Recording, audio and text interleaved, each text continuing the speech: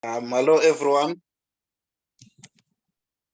Yeah, it's nice to meet all of you here, guys. My name is Goodwill Mvenge. I'm based in South Africa.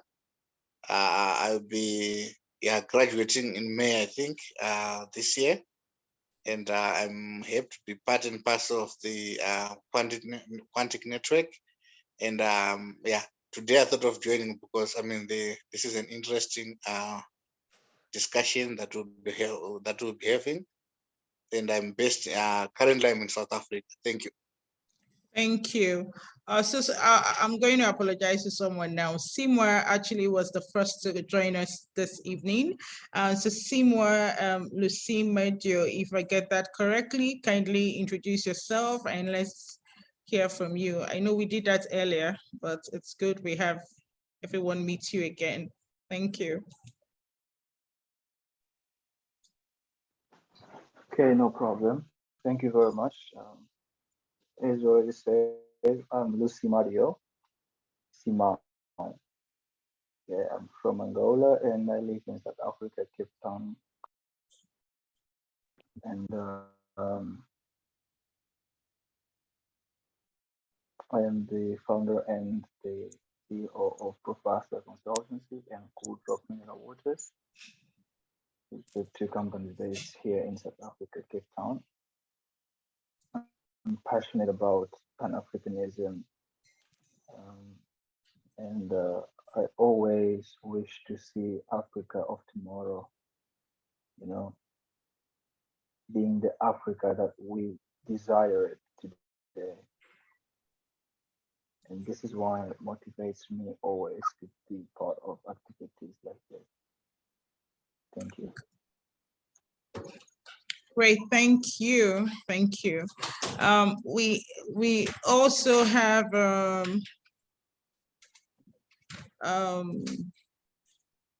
Dennis Longo. So Dennis, please let's hear from you. Longo, did I get that right with your name? Yeah, Lungu. Good, good. Yeah. Welcome. Thank you. Let's get to know you. Yeah, so just as you said, my name is Dennis Lungu. Speaking from Nigeria. Great. And when I saw this invite, I was really excited and I had to rush from work to catch up with the meeting. Thank you. I really was excited to be part of this so that I could hear in particular. I don't have much to say, maybe to contribute, but I really want to know the perspective of Africans concerning our leadership, because as you all know, Nigeria in particular, this month, 25th of February, we will be going to the polls for our the general election for the presidential election, the governors and the senators, that's the legislative arm of government.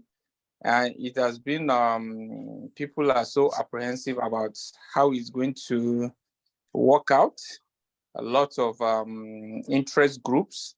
And then, but at this point, I think the young Nigerians want a real change this time around, because we've been post-independence, it has always been bad leadership. I can tell you in Nigeria, we never got it right.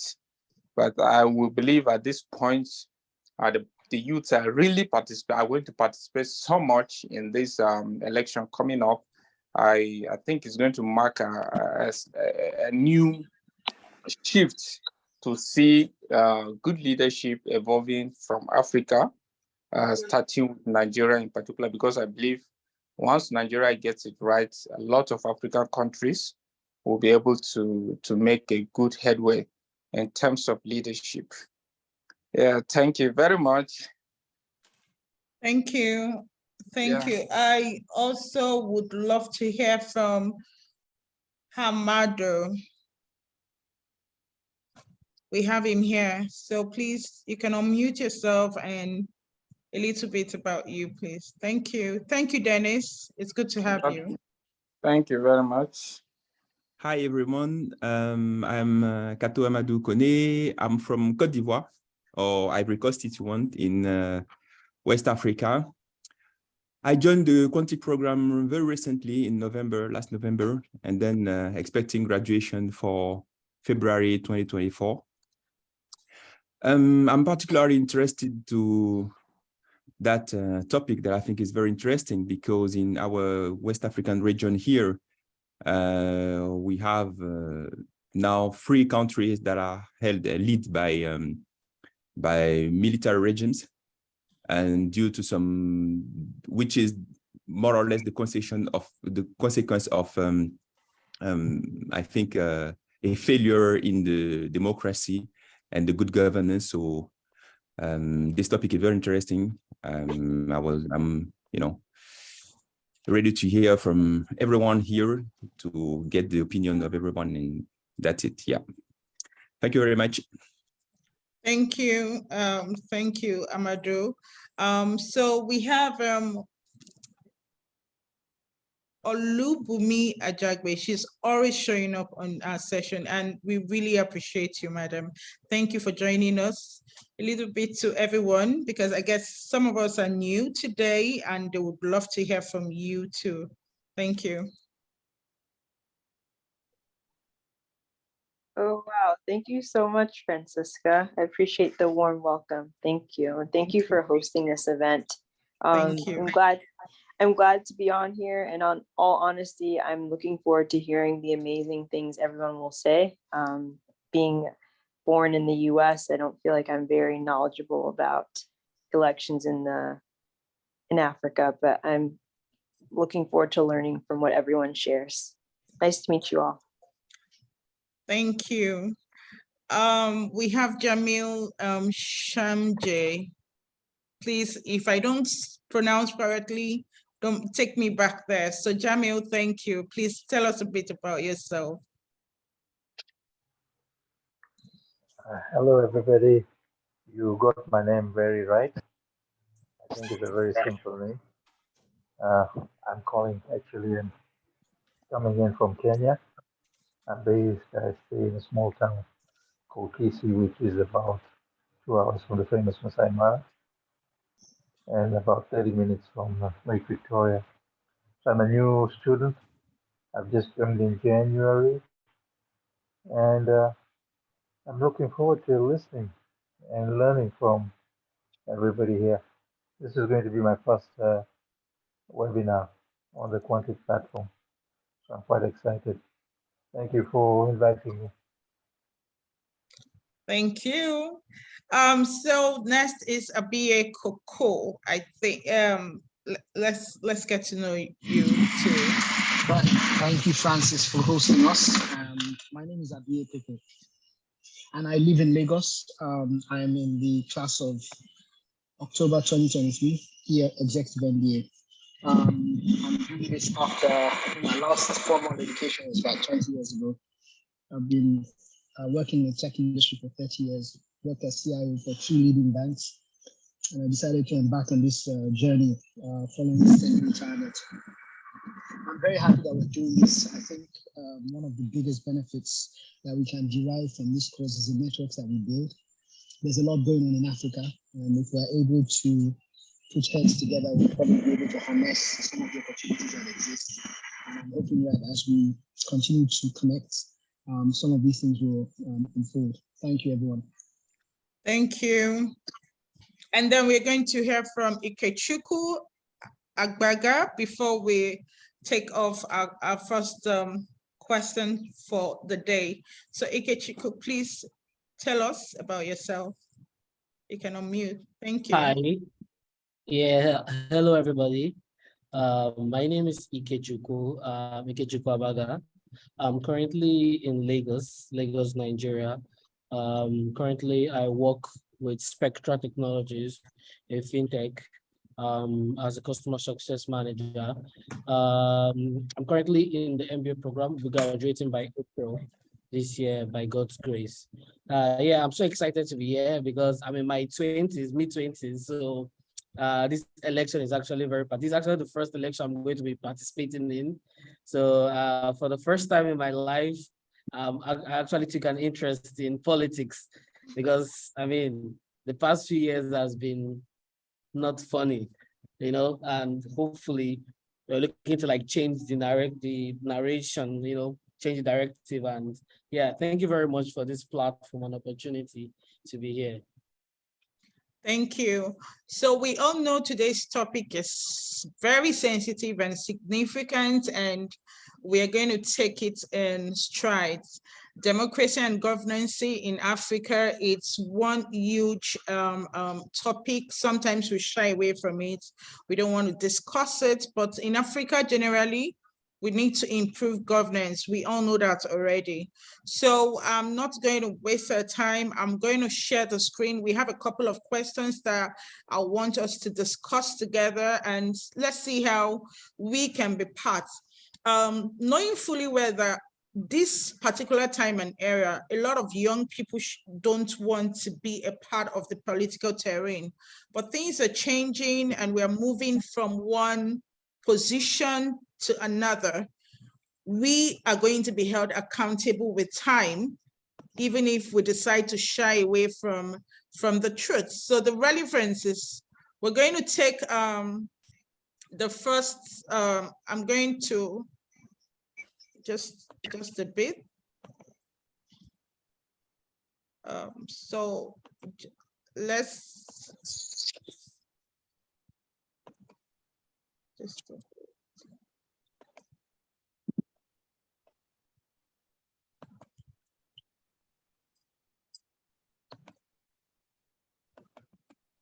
sorry.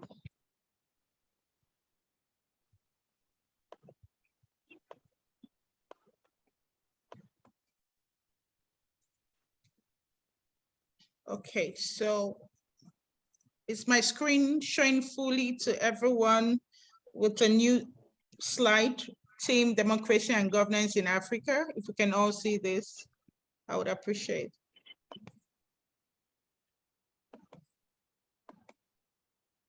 Okay. So we have the first throughout question, which is just very simple. We have our idea of what democracy is. And most times we say, okay, it's the freedom of speech in governance, but it goes deeply beyond this. In Africa, worldwide, we see that this is being practiced in different economy. So I would want us to throw more light, as simple as this question is, the mindset of what is democracy and how can we practice this in governance that can show off to the public that we're doing what is right. I'm going to take it in sequence, and we can just have a little bit about this aspect. I noticed that apart from the Nigerian election coming up, we have other situations in different parts of globally. We have different situations coming up. So you can share more light on your location, your region, and we'll move quickly to the next question. So we can take it like we did initially. We'll start with Dr. Kent. Thank you. Well, I really am here to listen and learn. Okay. I have visited to Lagos and to the Congo and to Senegal 3 different times, but I'm just really here to learn because I was born in the United States. Okay, great. So we're going to hear from, who's going to go next? Let's take Bumi. You're based in Lagos, right? No, I appreciate the compliment. I am also in the same boat as Dr. Keith Clinkscales. I was born in the US and I'm here to listen and learn. Okay. Sorry, Francisca. So we move to Angola. Simwa, tell us a little bit about your experience with democracy in Angola. There's a hand up here also. Yeah, okay, thank you.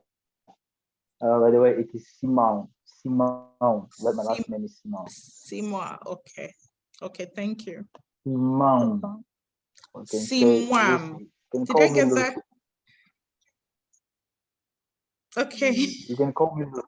Lucy will be fine. So that's Okay. that's a short for my. Okay. Thank you. Okay. So the question is, what is democracy? Yes. What is From the democracy view of like my own country? from Angola point, from where you reside? Let's just know a little bit about how it's been. Well, I don't think we do have a definition for democracy in my country, because we cannot have a definition of democracy in a place where democracy does not exist. Okay, so that's just one point. There is no people who are experienced it. And coming to Angola, it's just one of fact that we cannot speak of democracy, even though we claim that we are a democratic country. But we are not. Okay? And it's hard for an Angolan to represent or to speak about democracy from the Angolan perspective, you know, and give an accurate definition of it. So that is just one thing that is a problem with us. But if we have to, maybe let's say in my opinion and what I believe democracy should be, okay, it is giving to every citizen the ability to have a voice within its country, you know, and their voice is heard and also their voice respected and honored. The fact that when we say that the people is the power or the power is with the people, that is what actually democracy should mean. In sense, not that the people is governing the country, but that the people's voice is heard, honored, and respected in every single aspect of. That is what I believe democracy should actually be, even though we don't really experience it. Absolutely, you're correct. So from the point of view, I'm going to just do a little bit of definition of democracy is a system of government in which laws, policies, leadership, and major undertakings of a state or other polity are directly or indirectly decided by the people. And really, you are correct with the fact that the voice of the people has to be held accountable to whoever is governing the country as a whole. And most times, we have the majority and the minority. And in most cases, in democracy, I think the minority, most times you speak for these people in governance, and it's really taking time for us to ascend to that level where we can say, okay, we consider the voice of the people and how far do we tend to practice this. So thank you for that. And we understand that by being accountable to other people, listening to these people. I live in Nigeria, so I understand. I live in Nigeria, Lagos, and I'm going to be part of this current electoral process. And we understand that the voice of the people mandates means that you have to listen, because governance is key to know where we can move. So I'm going to go to the next slide. And that question is, how is democracy better than other forms of government? We know that there are other forms of government that works in different parts of the world. In the United Kingdom is being the monarch and other relevant kind of governments in, so I'm not going to really go deep, but we need to understand how this can affect us in Africa. Have we been able to use democracy to leverage the forms of governance to be better? And that's because we have the opportunity of using this leverage. When we say democracy, the voice is part of it. Freedom of speech is part of it. How to model this in governance is very important. So I would take this to how we can push this beyond just myself discussing, because it's meant to be an interactive session. Sorry about that. And I want one of us to throw light to this, probably from Lagos, who is going to talk about this question, and then we can understand the depth of the information I'm going to discuss on this. Sorry, we had Abie. Okay, hi. So I have probably by virtue of being in Nigeria been exposed to two forms of government, which is democracy and dictatorship. Now, on both, there have been advantages and disadvantages of both. I mean, obviously, democracy should give us more advantages, but we inherited democracy from our colonial masters in a very raw form. And I think what they've done is democracy was dumped on Nigeria without the institutions to ensure that democracy is practiced properly. So what we have is a process where people are selected and not elected. And because they're able to sort of manipulate the electorate through very weak institutions that exist. So if we compare it to what's happening in the United States, for example, had Trump been in Africa or in Nigeria, he probably would have continued to be in government.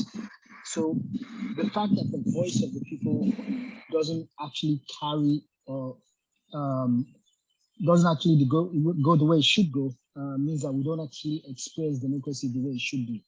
But to answer the question, in its raw form, democracy should actually be better because it means that everything we do represents what the people want, but that's not truly the case. And so we have situations where we have dictatorial and autocratic governments hiding under democracy and perpetrating crimes against the constituents that supposedly put them in power. So that's the sort of situation we have. I don't know if that sort of sheds a bit of light, so I don't hog. Thank you so much. So I would want to, we have Jamil says something here, who says that democracy is better than other forms of governance. Different times and situations call for different forms of governance. So Jamil, we'd love to hear from you because we're learning today. It's a whole difference. Please discuss with us on this question. Hello, Jamil. Thank you. Thank you. Well, I'm just talking about my experience with democracy in Kenya, and sometimes I think when you have a country that is too democratic or a constitution that is very, very liberal, and the country has not evolved in terms of economic development, and there is not the equality in classes, you could actually have challenges. And we have this problem in Kenya where everybody now feels that they have a right and they have entitlements. And very often these entitlements then get cut or they get established along tribal lines. And what happens is that you just have governments that get crippled because there is so much democracy and the courts are so powerful that they can stop and cripple governments from carrying out development agendas just because of a few minorities or a few handful of people. This is a big problem in Kenya. Everybody then fights for what they call their right, and it doesn't matter whether they infringe on the rights of others or the silent majority. So I just think that sometimes democracy in Africa has to be tempered. We really need to understand. Thank you. Thank you, Jamil. I really appreciate that. And like I said, this is a very sensitive topic, and we know that in Africa generally, this part of democracy has been abused by leaders, by just the government itself, and the form of governance has to just push beyond what we tag the word democracy. And that's why we are having this session, to understand how we can implement and drive more of this. So the way democracy came into play was the ancient Greece part of Athens, where we know that there were more of the interaction on how they want their system of governance to move, you know. And so they practiced this because they believed that it was the best way for them to leverage with the transition of information between one another. And at that time, when the introduction of democracy came into play, it was for so many reasons. Was it going to change the way of life of people? Were they going to see things differently? You know, and it's just funny that when we picked this leverage that we're going to do use democracy as a form of governance in Africa, we have traded it beyond what it was named and themed for. So if you go down, we can see it's democracy named from Democritus. I'm trying to make this a very light notes. We need answers to know who can get this correctly.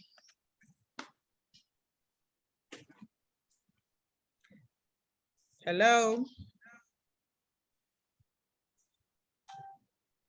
So this is a question that we just want one person to get the answer. Is democracy named for Democritus? We can put the answers in the chat box.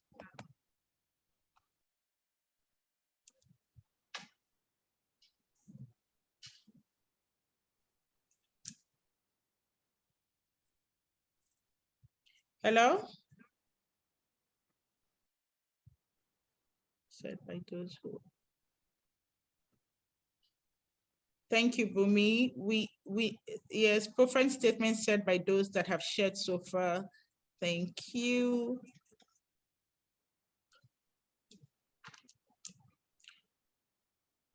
So, hello. We need more answers for this, but what about Socrates? Okay, so we just need an answer for this particular question. Yes.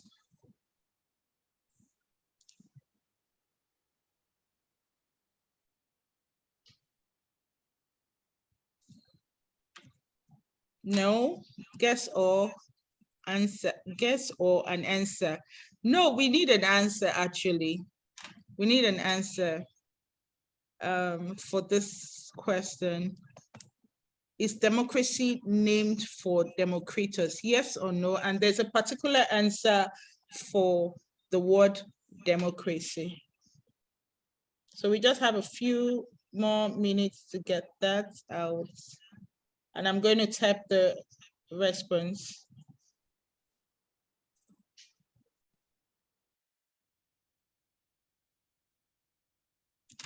Okay, so let's see. Does democracy come from power of the common people in ancient Greece? Okay, so from ancient Greece, democracy started very early, like the early part of when, sorry, can you hear me? Oh, just tell me yes, because I think I can hear myself. Yes. Okay, so the answer to the question, I'm going to put that up and then we'll share more light on Jamil's question. So it's an ancient Greek name, actually.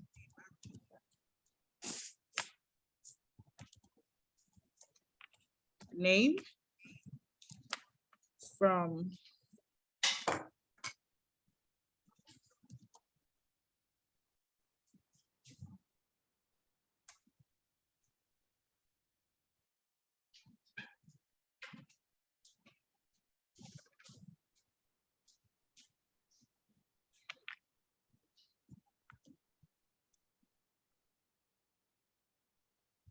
Democratia. Are we somewhere? Democratia, from the Greek Demokratia. And then the meaning of the Greek demos means people. Kratos meaning rule.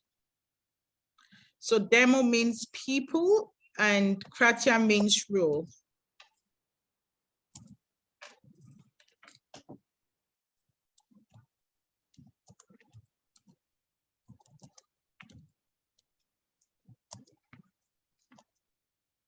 Sorry.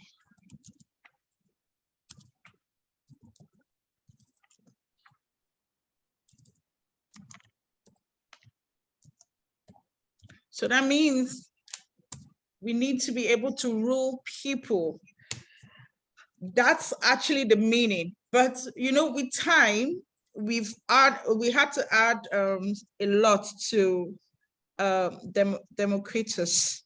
We had to add a lot to yes, it's freedom of speech and all that. I'm also going to share a slide with us soon, and we see more of how we can rule people with some tools, with some aspect of how governance can move from one point to another. Thank you. So like we said, it's where was democracy first practiced? It was practiced way back in Athens and Greece. I think that's to answer Mr. Jamil's question. That was where it was first practiced, and it was more like a tradition for them at the point where they took democratic process for them. It was more like a tradition, like we need people to be able to speak for themselves. And that is, I'm going to be very specific about that area where it's, sorry, I'm going to be very specific so we can, Athens, the city state of Athens by Klein, let me put that in the chat box. So later on we can look through that. And okay, sorry about I can see the chat, so I'm going to put the location, so later on we can look through that.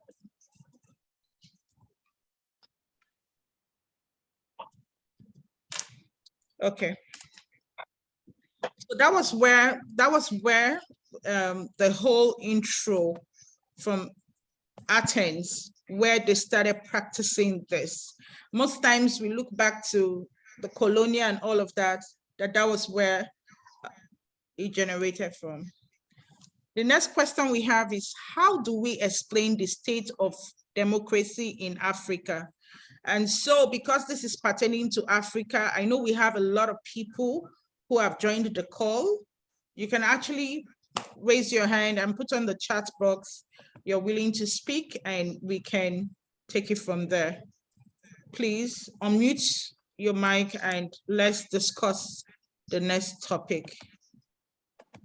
how do we explain the state of democracy in Africa?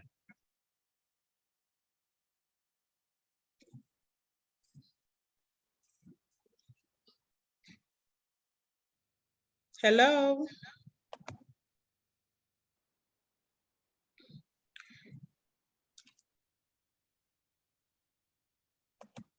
So for this question, anyone can take the lead and speak about it. I'm going to talk about Nigeria, but let's talk about different parts of Africa. How do we explain the state of democracy in Africa?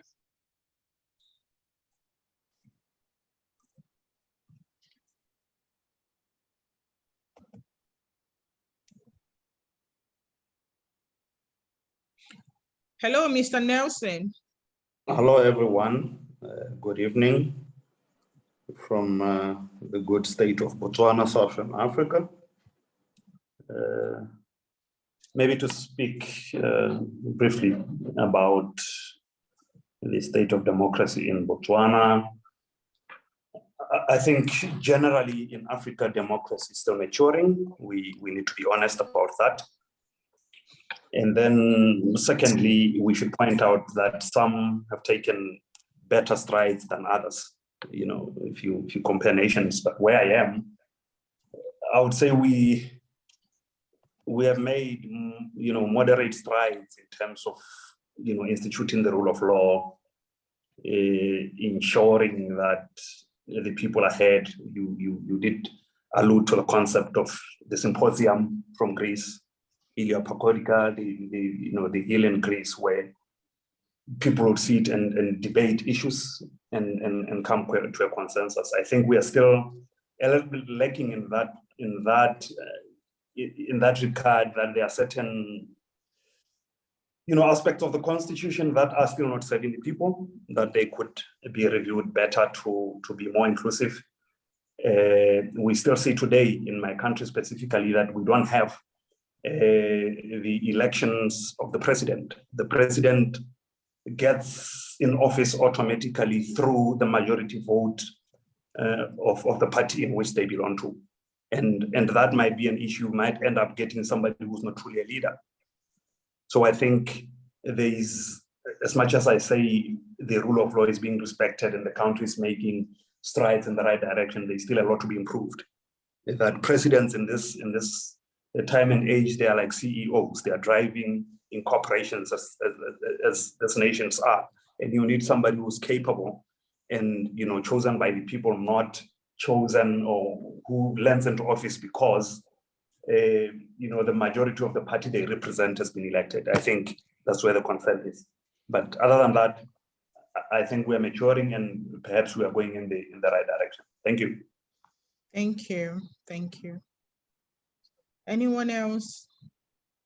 Yes. I'm talking from Cameroon, precisely. And when we talk about democracy in Cameroon, I will, for one, call it a word of mouth, because it has a lot of challenges that comes into play when that particular word is being mentioned or is being applied. Like in Cameroon, when we say democracy, it comes with just that word. It comes with other suggestions in how the country is going to be ruled, but we don't practice that here in Cameroon. If there is any situation that the opinion of the citizens needs to be counted, then that is a moment that you see the autocratic nature of the leaders.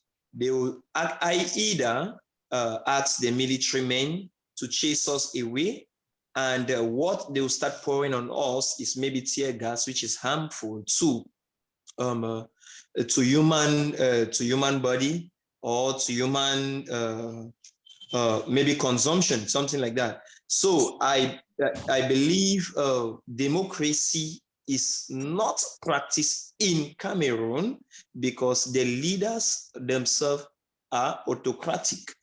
Yes, they are autocratic. I think if they still go back to the meaning of that word democracy, whereby when I read through this word democracy, where it started in Athens, I noticed that the men were counted to be to stand up as leaders of that particular country, to stand up to fight.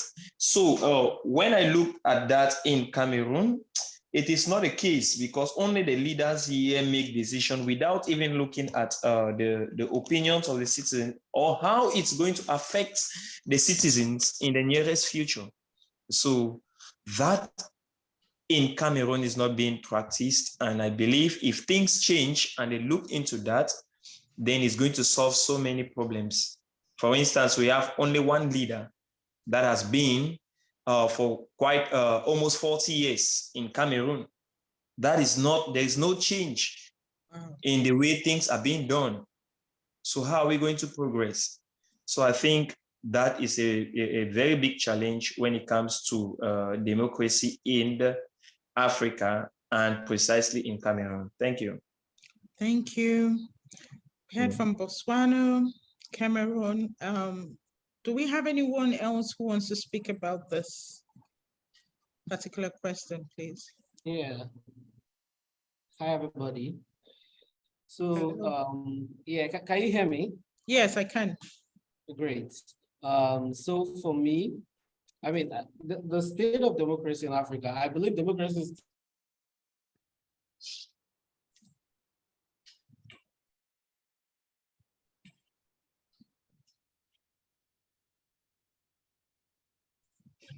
Hello.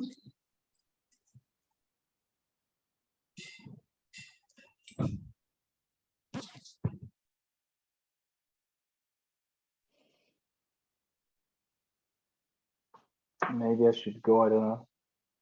Yes, we can. Okay, we can hear you now. Hello. Yes, can you hear me? So we had someone speaking. Am I audible? Yes, yes, you are. Because should we wait for him to come back, or I can go forward? Please go forward, yes. Okay, thank you. I just wanted to contribute on that point. Well, I will speak in general, okay, the democracy in Africa in general, which is it is really a problem. Looking at the concept of what democracy is, growing process in Africa for us to really get to a point where we say that Africa, on its whole, it is a democratic continent. Okay, I would not say that for us to be democratic, we have to respect all the human rights. Okay, even though that is part of, but I will say that for Africa to be a democratic continent, we need to give the first place or the first position or the priority of decision making to the people. If we put the people in the first place as the priority in our decision making, okay, process, I'm not saying that the people must decide on how the continent or the countries in Africa needs to be led. But what I mean is that we prioritize their voices in the sense that when the leaders are deciding to make a decision, they refer their decisions on the people's input. Okay, what the people had to say. This is why I mentioned this with one of a friend that we're discussing about the development of artificial intelligence in Africa. I say to them, we can do anything. We can grow technology. We can grow we can bring new technology in Africa, create different ways of promoting energy in a continent. But the truth is, a lot of us, we are doing this without knowing what really Africans need. Okay, so if we are doing something without having Africans in heart or in the center of the actions, we're gonna be doing things for the sake of showing off to the Western countries that we can also do it. Okay, so the idea of democracy does not just rely on decision making on on political issues in Africa, but in every single aspect that can help Africa grow and become a self-sustaining continent. You know, we as Africans, we are missing, because we need to look at Africa as a social enterprise.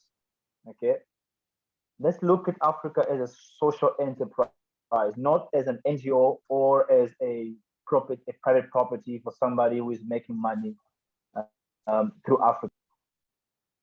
Enterprise. Africa needs to make money, and that money needs to go back to the people. This is what that's the intention of being a social enterprise. You know, we fight to make Africa prosperous for Africans, not for the leaders that are leading the continent or the countries, or for the people behind them, pushing them to do what they're doing.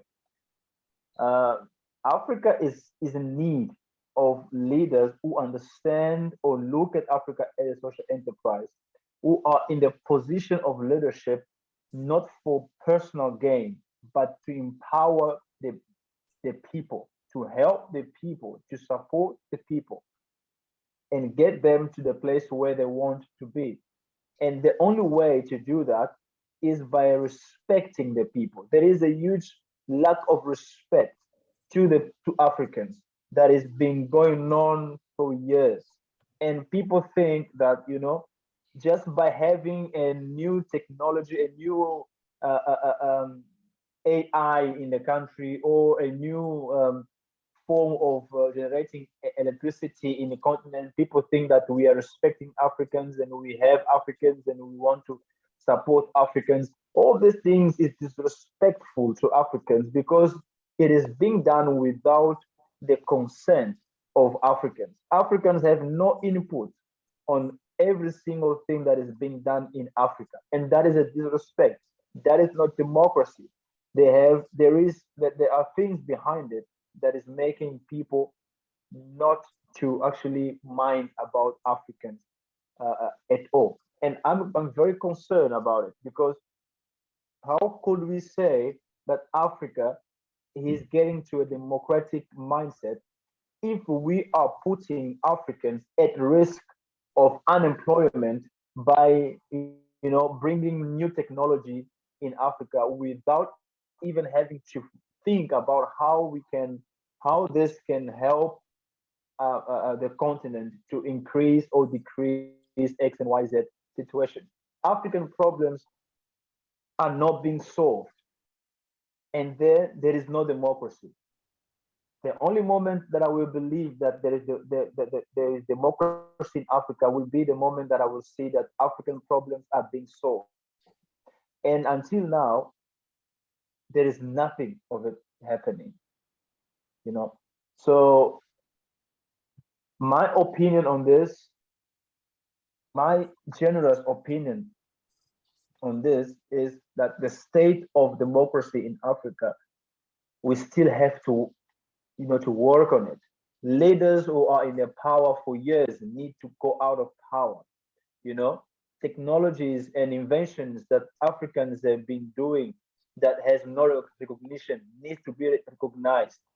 The voice of people in terms of how politically Africa is supposed to be led or governed, those voices need to be heard.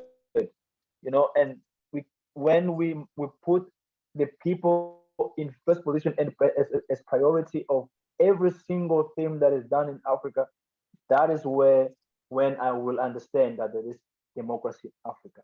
Otherwise, we will just rely on the concept of the word, on we are democratic because there is elections. You know, sometimes we believe that Africa is democratic because we have elections, and elections do not necessarily mean that there is democracy, because whatever happens behind those closed doors, the people do not know. We just see it at the end of the day that somebody who we did not even want the person to win, he won again. Why? Because there is no democracy. They are blinding people through elections. They're blinding people by, you know, calling them to elections and make them vote for zero, for nothing. They're just wasting their time in those queues trying to vote, but there is no democracy. This is why we continue on the circle, always having the same issue, the same problems. So it's just very, very depraving. And like, I don't know, I cry sometimes for this continent, but I hope one day change will come. Thank you so much. Thank you. We in fact, we've gotten a clear edge of how democracy is practiced from you. And to say that this word is being connected most times to electoral processes because they think we want free, fair election, that is also a ground that is been abused for a very long time. I also picked that point. Now, in order for us to move past most of the problems Africa is having, which is leadership, we have, okay, we've heard from Botswana, we've heard from Cameroon. We have a particular leader who has taken leadership for almost 40 years. And, you know, it's been personalized. Governance has been, like governance in countries have been so personalized that, oh, it has to be about me. We're presently having a condition in Nigeria where a candidate says, the candidate says, it is my turn for governance. And I mean, we never have to buy into these things. We never have to buy into our leaders trying to be very monopolistic, trying to say, okay, it's about me, it's about, governance cannot be personalized, and that remains the truth of how we can liberate from where we are. So the next question, if we know that these problems are what we're having, I'm going to just throw a light on a particular union. It's called the APROM, and it started in 2003, whereby African leaders established the African Peer Review Mechanism to see if the instrument for monitoring governance performance among member states are truly used. Now, some of these countries that are members of the APROM happen to be countries we're mentioning right now. And like I said, even if we decide that we want to change processes, we need to also, as young people, see how we can stand the gap. There are a lot of organizations that are out there that we need to seek relevance of being members so we can actively perform when decisions are being made. So the APROM, which was established in 2003, some of the countries there, Gambia, Chad, Ghana, Kenya, Mali, Mozambique, Nigeria, Senegal, South Africa, among others, are members of this institute. But do we really know that this exists and we can start bridging our tools from that point? So to question number 7, good governance is the solution to Africans' problem in democracy. True or false? Then how do we as individuals decide that we are going to improve on this? For question number 7. Now, we know that sometimes there's been conflicts resolution come up all the time in different countries, and how these conflict resolution resolves and move to a better decision for leadership sometimes happen. Presently in Nigeria, the revolution started since 2020, when we had the NSAS and all of these issues that came up. Now, moving on to this, what do we think we can do to improve good governance as a solution mechanism for Africans' problem in democracy? Thank you.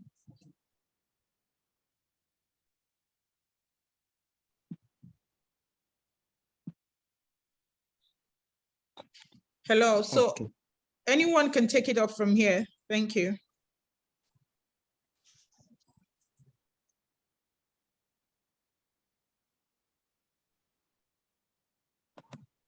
Hello? Yeah, yes. This is still Foco Freaks speaking from Cameroon. To me, what I believe so well can help us to solve this problem of democracy in Africa is, first of all, for the government to be transparent in everything they do. But the problem now is, how are we going to really prove that they are transparent if all the decisions are taken by them? That's the question now. But I know transparency in everything they do will solve a whole lot of problems when it comes to this democracy in Africa. Yes. So I believe that is a point I'm trying to raise as far as all the activities of the state is concerned. Thank you. Thank you, Foco. I really do appreciate this contribution. Thank you. So we have a chat on the box from Jamil, and he says, good governance requires 4 leverage, 4 characteristics: equality, transparency, accountability, and best practice. And this is absolutely true. Like, we all understand that transparency is one major point. How can our leaders be transparent? There's misuse of government funds. In fact, at that point, we as countries, citizens, I don't think there's been any point where we say we need accountability of public funds. You know, so misappropriation of funds is actually the largest which we are dealing with in and out. In Africa, that is the huge part that one needs to work on. Is there a point where our citizens will decide that, okay, we can imagine a particular state. Let me take, for instance, I'm from Nigeria, Delta State in particularly, where I'm from. The governor of that state keeps taking loans. When I mean loans, it could cut between $120 million, $100 million, and he takes these funds. We don't even see the transparency of the accounts of what those funds are being used for, right? So as citizen mandates, it gets to a point where, yes, everybody tolerates what's going on, but at a point, the accountability of funds to transparency, yes, equity, let's know the balance of what is happening in the states, in governance. That's one. We have, I just spoke about accountability, and that's going to come from everybody. Yes, we keep taking it in, but we remember that at some point, organizations, different status have to come up with a way to bridge this gap. With a way to bridge this gap is really important. Is really important. So we're going to move quickly because of time to the next question that says, why is democracy important in implementing good governance? I think we've talked about that already, and this is Africa. are African governance in need of a governance reform? Do you think we have to create governance reform for Africa as an entity? And this is me saying it's not just one person that can make this happen. It is everyone inclusive that can create a governance reform to make this happen. So question 9, I'm throwing this to every one of us that is in this meeting. Will Africa build good governance on governance reform? Thank you.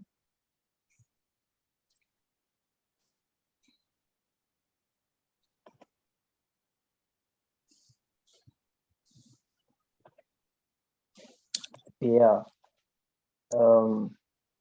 just a quick contribution on this point. I think, yes, African governance requires, sorry, reformation, okay? This reformation means a different understanding of what democracy actually is. That's the number one. Second is Africans,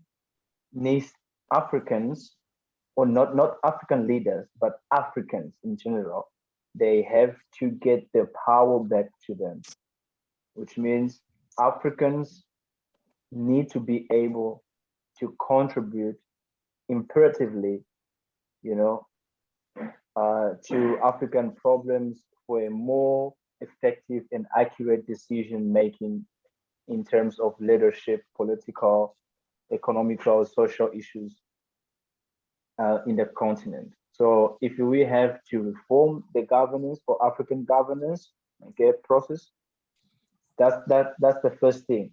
Bring the power back to the people, and let the people be part of the decision-making process, because I think the governance in Africa is requiring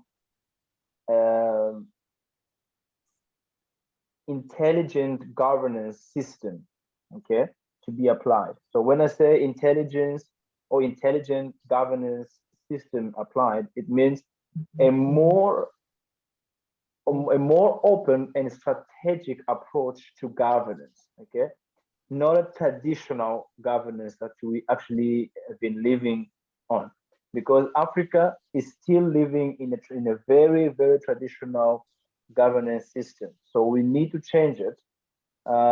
We need to remove the power from the leadership or from the head of or the president or whoever is leading the country, and bring that power to the people. So when we bring the power to the people, actually we are strategically applying, okay, a new way of decision making, where the people bring the people stands before the court for the solution of their own problem. So, you know, sometimes the only thing that we need to do is just to look at the problem closely, and you will find a solution within the problem. Most of the problems that Africa has been facing, the solution is just in the problem. But how we don't find it is because we have left the people out.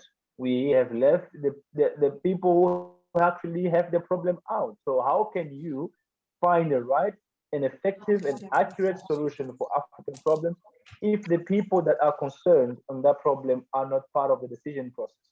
That's a very big problem. That's a very big issue. So we need to reform the governance of Africa by bringing back the power to the people and let the people be part of the solution.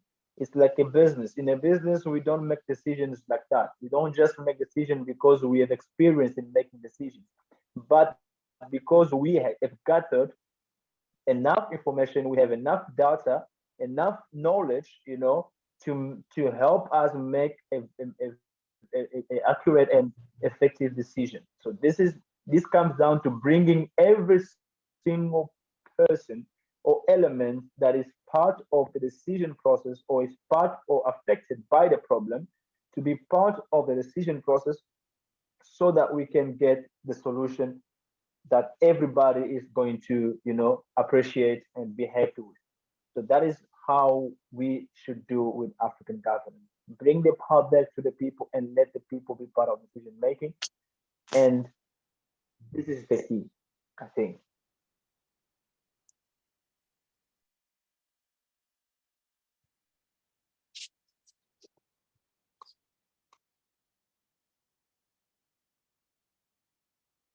Sorry, sorry, hello. So I would thank you so much. I would want Jamil. Jamil raised the point about equity and equality. And we really want to understand more on this part, though it's going to take us back because we had moved, but please give us a little bit about equality and equity, fairness to what we're discussing. Thank you.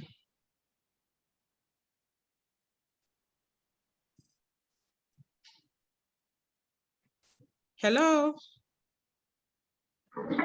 I think if we ask Dr. Keith here to speak, he will be able to give us a better and more unbiased view.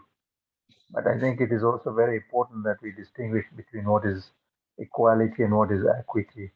Absolutely. Especially in the context of groups or communities or people or minorities that are actually marginalized. That's very, very important. Okay, Dr. Keith, please take us through this aspect. Thank you. Yes. I was hoping to try to pull up there's a graphic that I will send to the group that really explains it. But and I'll give the US version. You guys apply it to Africa.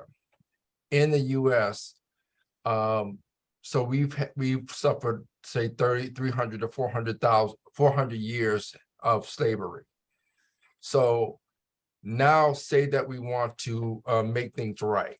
Well, if we go from equality standpoint, we'll just start to give African Americans the same thing that we give to white Americans, starting from like now on. If we go equity, then we have to make things right. So we have to understand that they're starting at a different level. We're starting down here. So in order to make it equitable, we may have to give this nationality more or additional services to make it equitable, and then you move to equality. But if they just started now to give us both the same thing, they'll always be this way and we'll always be below. So that's, you see what I'm saying? The difference between equality and equity.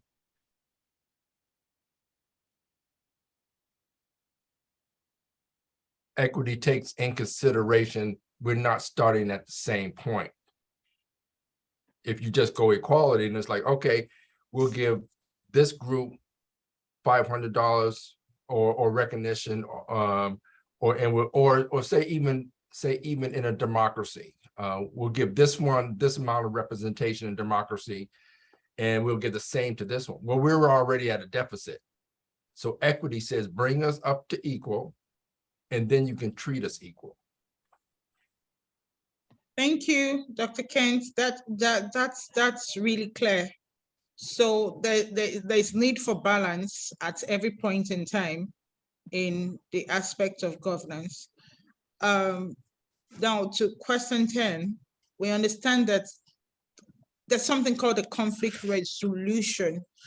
Most times, countries actually use this platform, or rather they use this part to solve a lot of issues around governance because they want to be heard. I think the British, they use more of conflict resolution in passing out their voice and information to get solutions from the cabinet. That's something they've always worked on, though it's more like a monarch kind of governance that they have, but there's also expression of voice. And for me, studying the essence to what this can do for global input in Africa, most times we ask a question, are we ready to stick the neck out to be the one to promote, to be the one to start this initiative, to be the one to stand? When we talk about the governance reform, is anyone mandated to say, okay, I want to drive an organization that can start the reformation process? Most of these things are sacrificed, and most of these things take like a spearhead to discover where we are going to, if we assume that we are going to make this happen in governance. So for question 10, how does conflict solve governance issues, especially when we look at global impact? I'll give you an instance, and I'm using African Nigeria now as a point whereby our political leaders are the major problem we have of not using the funds that is meant for Africa to develop Africa. But most times the funds for Africa is been taken out of Africa to develop other parts of the world, while Africa is left to suffer. And this is one part that is still, you know, even when funds are repatriated back to Africa from international organizations as repatriated funds from our political leaders, these funds is still being mishandled or misused by the same government in line, the same government. At that point, you repatriate the funds to them, and the funds are also being mishandled, or there's no appropriation of the funds. You can't get clarity of what it's being used for. So back to question 10, do we think we can use conflicts to resolve some of these issues? Thank you.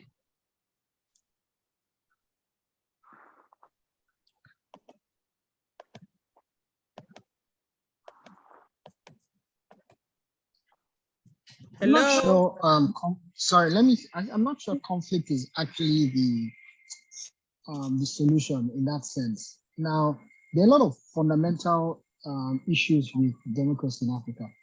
And that's one of the reasons why it's easy for politicians to take advantage of it. It's easy for the West to take advantage of it. Now, fundamentally, African societies had some level of civilization before colonization. And that the level of governance, or the type of governance that they had at that time, was communal. There was a village head who was respected and who was responsible for ensuring that there was peace and the different things. But the challenge with that level of governance is it was largely tribe loyal. And so when the colonials came, one of the easiest things to do to enable the spread of colonialism was to take advantage of the different tribal issues and try and cause an amalgamation where through divide and rule they could basically take control. Now, fast forward to where we are today, that level of division within the systems and tribal domination still persists. And it therefore means that because we don't have, as someone said earlier, we don't have mature institutions, it's difficult to control those excesses. And so what happens is the monies that are repatriated ensure that only people who represent the interests of the West remain in power. And that's why you can have a governor, a president in Cameroon who is almost, who is very aged and almost incoherent, still being in government. You have a government in Nigeria that people don't want, but they're still in government because they have support from external countries that are interested in or have interest in Nigeria on the one hand, and now they're able to allow the perpetration of criminality because they have these interests and they use tribal sentiment. So now the other part of it, the other problem with it is that we don't have the institutions to checkmate it. So the judiciary is not strong enough. The police force is not strong enough to combat the excesses of the politicians or the people in power. And that's why I use the example of what happened in America with Trump. Now, the reason Trump was not able to perpetuate his rule was because the United States has strong institutions that could checkmate the excesses of Trump. So that's where most of the key difference is. So even if we had conflict, what would happen with the conflict is that the stronger parties will succeed. And it doesn't necessarily mean that because they are stronger, they are right, or that they serve the interests of the people. No, it's just because they're stronger or they have the right levels of support. And if you look at conflict around Africa, it's not necessarily those who are right that win, it's those who have the right levels of support. So, and that's why in Congo, the conflict just persists because you have different interest groups. So it's never really, and it hasn't been for a long time, about the people. And so even if we had conflict, it will not resolve the problem. It will just put stronger people, people who have the right levels of strength, right levels of international support in power, and they will perpetuate, the interests of the people who put them there. Thank you, Abiye. That's really in depth. So I appreciate everyone. Now, in less than 2 weeks here in Nigeria, counting, we're going to be having our elections. And for candidacy, it's been pulled out that, okay, fine, we have 3 candidates who we look at.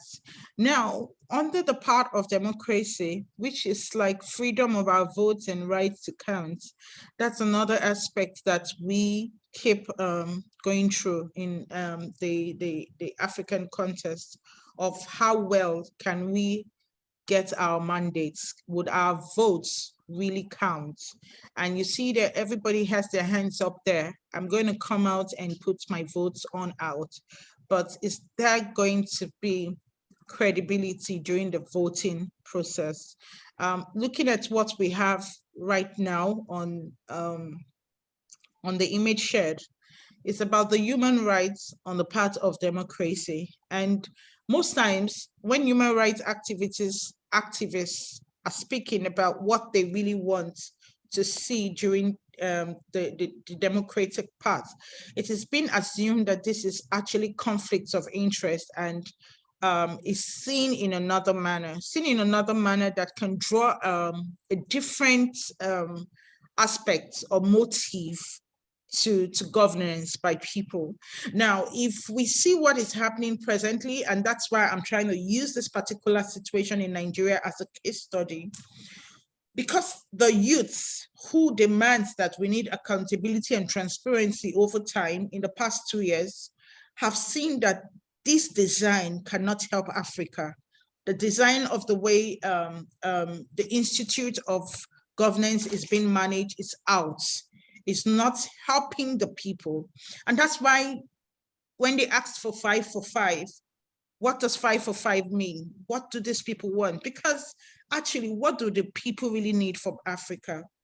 We're looking at security, we're looking at proper health management, and this is talking about 5 welfare management scheme. I think I talk about that clearly. People will need good roads, transportation. People will need good medical health care, education, security, lights, so the proper management structure that the welfare of people need is just the basic. So at what point will you say, oh, these people are asking for too much, right? And if we sit together, again, the reason why we are having this organization meet like this every time is for us to have enough information to work with, information that can help build the system. And it's going to start from every one of us. Like I said, there are organizations, there are members of institutions that are in line. They work together to make sure that we can implement this too. What are we going to do for Africa? So imagine that the US released the ban. Oh, we're going to ban some certain number of people from coming into the country because we want this and this and this to happen. That came up from a particular part where they say, okay, we are punishing these individuals because they've done this for a long time to the citizens. But then again, we are going to face this. For instance, we have Cameroon. A leader has been there for 40 years. Is there something we can do about it? So while you have the last slide talking about conflict resolution, I can see that Mr. Jamil has something there. One sure, fair way to avoid conflicts that originate from inequality of resource allocation or misuse is to follow strong paths of devolution of government from national to regional and then to urban. Yes, so we have a file there from Dr. Kent also, which all of us can copy and save to go through that. So all should be funded from national resource. I won't be able to talk about this part from my own end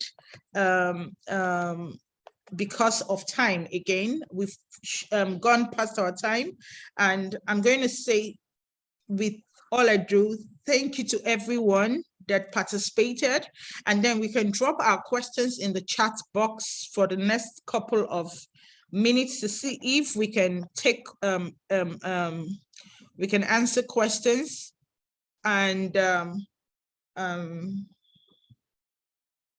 will be it. So we are about getting to the close of this session, and for everyone, it's for all of us to remain committed to governance. I mean, governance is for everybody. I know it's quite deep, but that message being passed today is that we can go back and restructure and ask ourselves, Africa, yes, this is Africa. Most of us might not live, we are Africans, but we might not live in Africa. But when we say processes to have better governance is about to take place, we can structure on how this can work, especially with the part of governance reform, and that can start with us. Thank you. We can take questions now.